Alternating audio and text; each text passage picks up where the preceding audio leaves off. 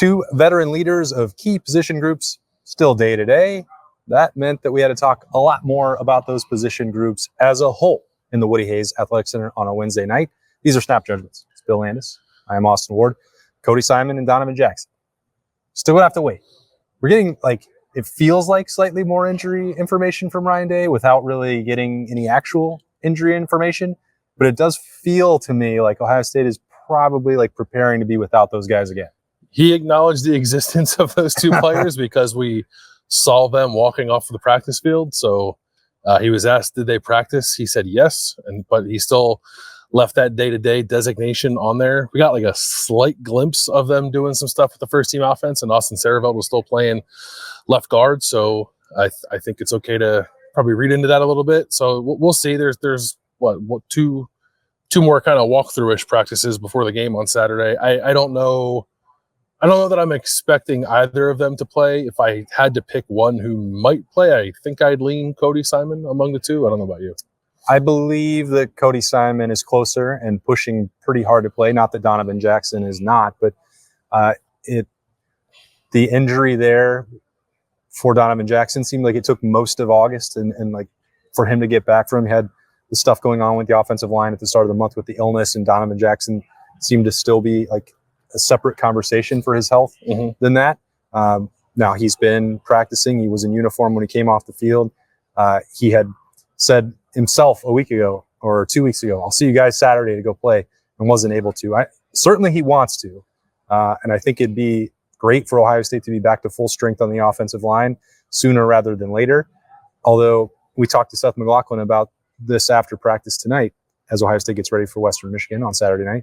It's this has been a great opportunity to get chemistry with a bunch of different configurations and different personnel guys out there. And Austin Saraveld's getting experience. It's we're going to make the most out of that. And it doesn't mean that it's always going to be perfect for the Ohio State offensive line early on because it's the first time working together for them.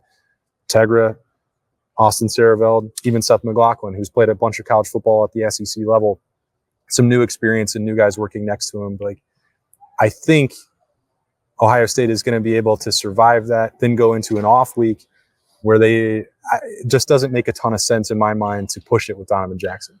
I'm kind of with you. I just want to make sure that the projected starting five that come into the season have something under their belt together as a 5-man group before you go play Iowa, really. Probably before you go on the road to play at Michigan State, if I'm being honest, but especially before you play Iowa. So if it makes more sense to not play this week, get that extra week of rest with the off week, and then come back and kind of get your feet wet against Marshall, then build up to that, I think that plan makes sense. And if that's what it is, then I kind of agree with Seth McLaughlin. I think it's great for Austin Sareveld to play, period. I don't care who he's playing next to or who the reps come against. He needs to play. But to do it with the ones and meaningful moments is obviously very good for his long-term development. And if he's a guy who later on in the year they need to call upon, at least they'll know what they have when they do it, right? You don't ever want to throw an offensive lineman into the fray, especially in late October, November, and have no idea how that guy's going to respond. So this is an opportunity to learn, even against MAC opponents, how Austin Sareveld might respond to some adverse situations. Yeah, I think the way that the schedule worked out with the double bye, the 2 off dates, is kind of wonky that the first one falls in week 3. You have 2 MAC opponents, with all due respect to Akron and Western Michigan, not going to likely give the greatest test for Ohio State. And then they have to go take that off week. And then they're restarting that process again. Again, Marshall is going to play really hard. They've got scholarships too. All those things that are true of cliche for coaching at this time of year for the non-conference schedule. But it's this is a more NFL style preseason in some ways, maybe more than I had considered. And I'm only thinking about it now from the perspective of what's the actual benefit. We want to see Ohio State's offensive line maybe play better and Donovan Jackson be key to that. You want to see maybe some stuff even better at the linebacker level. And Cody Simon is a senior. He's the one who handles the calls, Sonny Styles having to move over, to play the mic. And he's saying that's easy for him. I'm not sure how easy that is for maybe anybody else in the world, but what's the actual benefit if they're 85 to 90% to playing in this game and then having to shut it back down again or whatever? I don't know the full extent of the injury. I know that they both went through workouts, pregame warmups on Saturday. They've been practicing this week, they could play if they were at Oregon on Saturday. They definitely would be. Right. But what's the actual, benefit to that risk if you're probably going to get through this game in one piece anyway?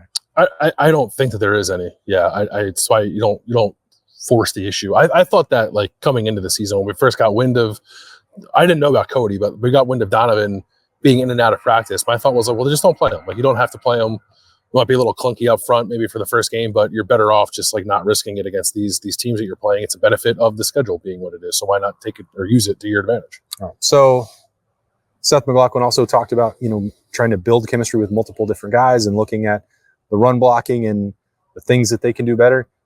I don't know what you thought about it, Bill. It didn't seem like Ohio State's offensive line is panicked about what happened on Saturday, the way maybe we or others have talked about it coming out of it. Like, by the end of Saturday against Akron, I thought they were starting to find their footing a little bit. And I think that's maybe what Seth McLaughlin was more focused on, rather than some drives early that didn't quite go the way they wanted. Yeah, if they hadn't figured stuff out a little better in the second half, maybe he'd be singing a different tune. But, like, I agree with him. I thought they looked pretty good in the second half. And I do think, I said this on one of the many shows that I talk on, that I think that the cliche of jumping from week 1 to week 2 is probably most true about offensive line play, especially when everybody's new. So I actually think it makes a little bit of sense if those guys, maybe confidence not the right word, but feeling pretty good about correcting some things in the second half of that Akron game going into this game against Western Michigan. It probably helps a little bit too that regardless of what you actually thought about that result with Western Michigan, Wisconsin, it was a close score, and that's probably enough to, like, get guys pretty focused on what they're going up against this week, even if I don't think Western Michigan's defense will actually put up that much of a test. So combine those two things, I'm expecting to see a better offensive line, or not even better, just like a more crisp, earlier kind of offensive line performance than what we saw against Akron, which, if that's the case, then I feel good about the unit as a whole. Like, I'm not, like, super concerned about it anyway coming off of the Akron game. I probably sounded like I was on Saturday, like a lot of other people did, but yeah. We'll see. Like, I think it's an opportunity to build some rhythm going into these obviously more difficult games closer to the end of the month. Yeah. So, and what about that group on the other side of the football with linebackers? I think, like, I asked Sonny about it, and I said, I know you're not going to pat yourself on the back for doing this, but, like, it's pretty remarkable that you spent 8 months moving from safety to linebacker, learning Will, and then I think it was about a week's notice, maybe a week and a half at most, where it's like, well, now you're going to have to put the headset, the lightning bolt helmet on. You're going to have to give the signals. You're going to have to operate it, Mike. You're going to have to get everybody organized. And his approach was, well, I should know everyone's assignments anyway. It was a little bit different to be hearing that and then to convey that elsewhere. He didn't have many reps doing that. I thought that, if nothing else, he met the moment. Like, yeah, are there things that he could play better? He can acknowledge that, and he's always going to say he's not going to be satisfied with his performance, that he can find ways to improve. And I thought he really dove into, it was like a timing thing and reaction time that was different from being at safety to moving down to linebacker, that he's getting more comfortable with that. But yeah, I think it's certainly more impressive than Sonny Styles wanted to give himself credit for. And Ryan Day talked at length about the process and the film study and all the extra time that allowed Sonny Styles to do that. That's a pretty big deal. And eventually, when Cody Simon returns, I mean, that changes the picture even more significantly for Ohio State, because they've been building that depth, not just with Sonny being able to play both spots, but now more reps for CJ Hicks to build off of, and certainly Arvell Reese, who we all see trending in a pretty impressive way. Yeah, he definitely is. And I think, like, that's what Sonny's 19, right? It won't be, I think it'll be 20 until, like, the very end of this season. His football IQ is off the charts. It's what makes him, like, so dangerous, and why the ceiling is so high is because there are a few people walking around on the planet who look like him physically and can move like him, but also he's very smart about the game of football. So he can slide in to play Mike linebacker.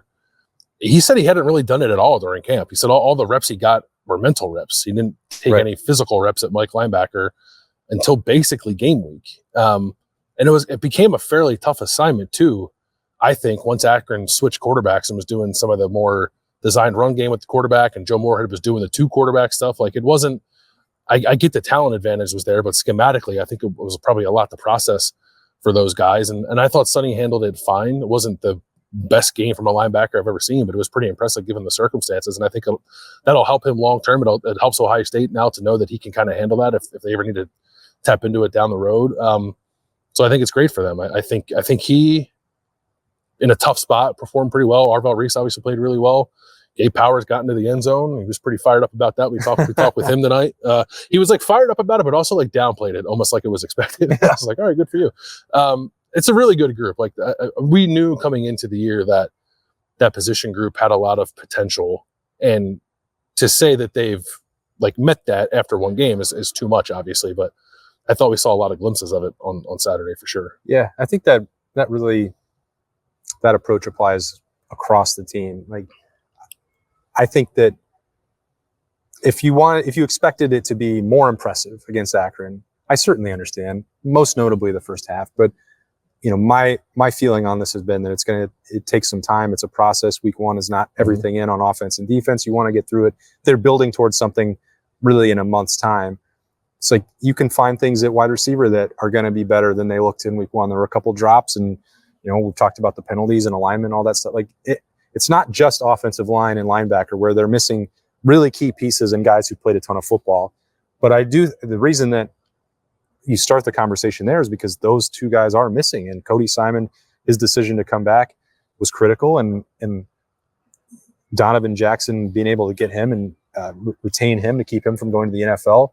I mean, imagine what this offensive line, like if this is what it had to be, if there was no other, guy that you're going to put in a month's time, like maybe we'd be having a different conversation about it. Yeah.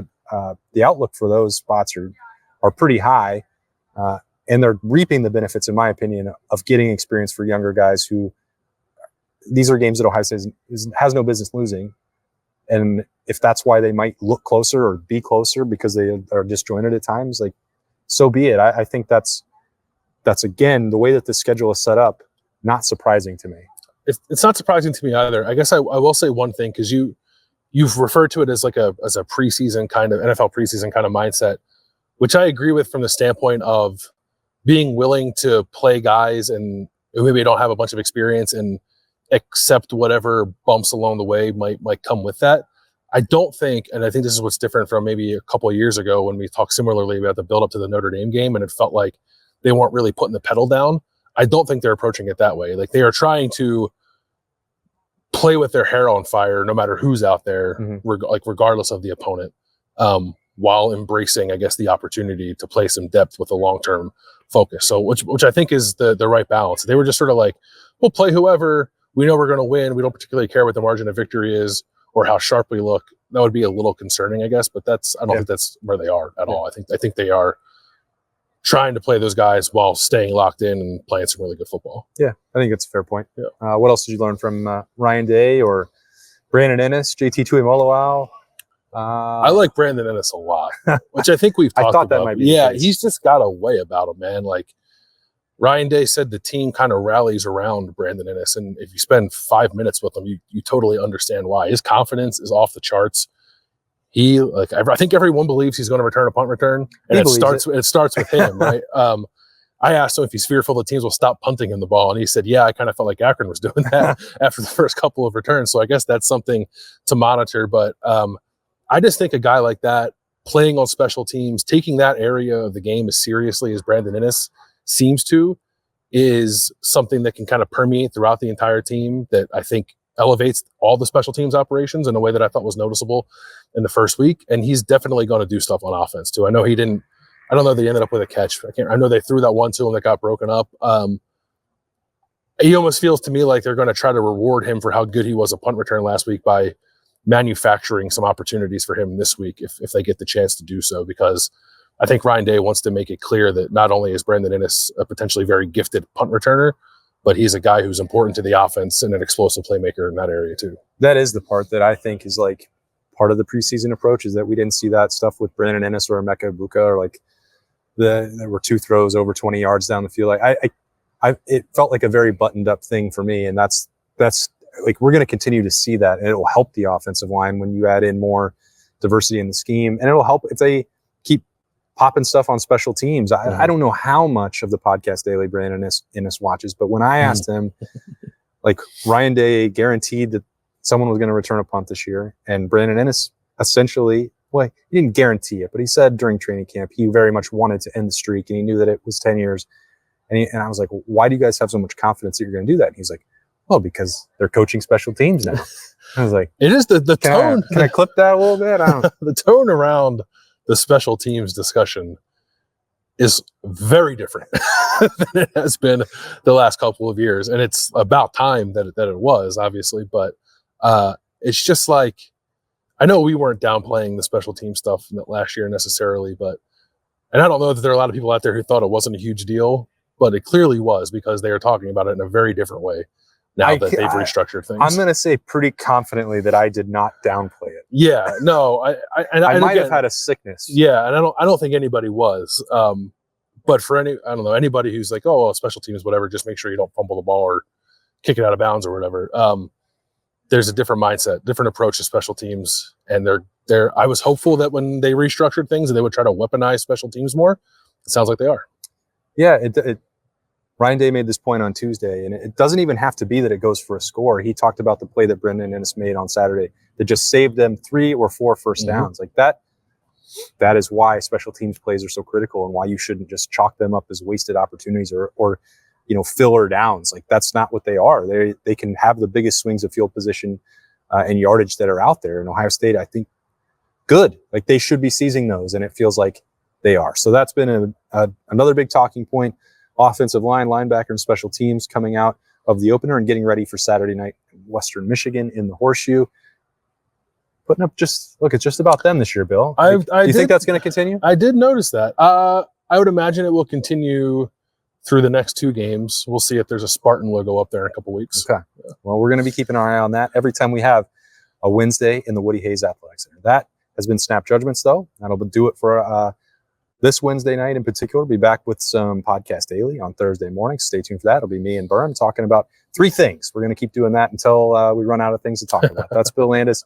I'm Austin Ward. Thanks for joining us. We'll talk to you later.